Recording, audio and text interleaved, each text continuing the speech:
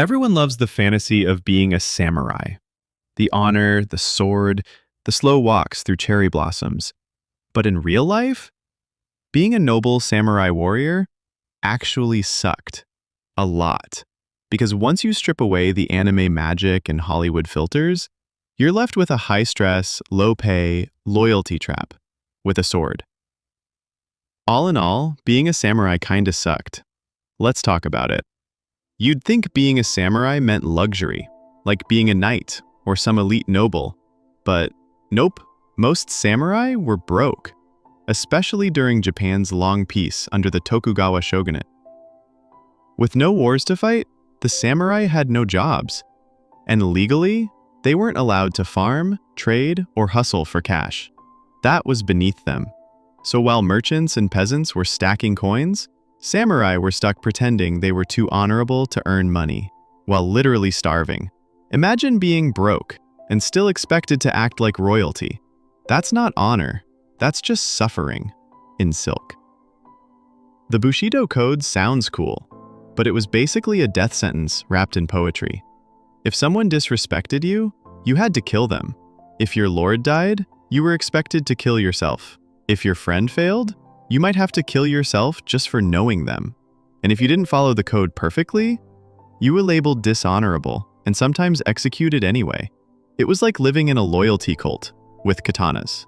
Ah yes, seppuku, the ritual suicide you've seen in every samurai movie.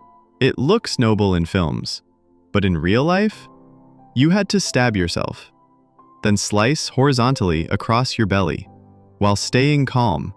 And if your assistant, your second, missed the beheading, you'd die slowly, painfully. There was no anesthesia, no guarantee of a clean cut. Sometimes, it was done in front of an audience. It wasn't honorable. It was medieval suicide performance art. Being a samurai meant constant political drama, not just from your enemies, but from your allies.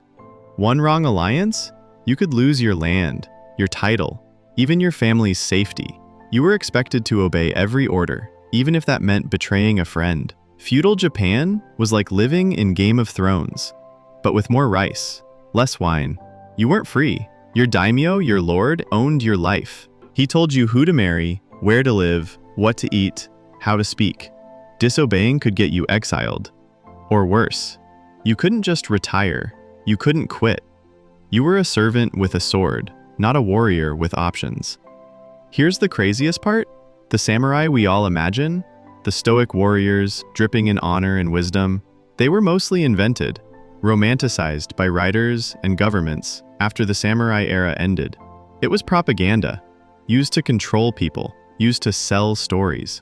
The real samurai were often broke, bitter, paranoid, and exhausted. It wasn't an epic life. It was a slow, elegant breakdown.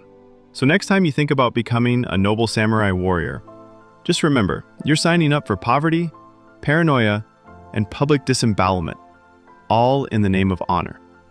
Still sound like the dream life? Drop a comment with the next historical or fictional life you want me to destroy. This has been Let's Talk About It.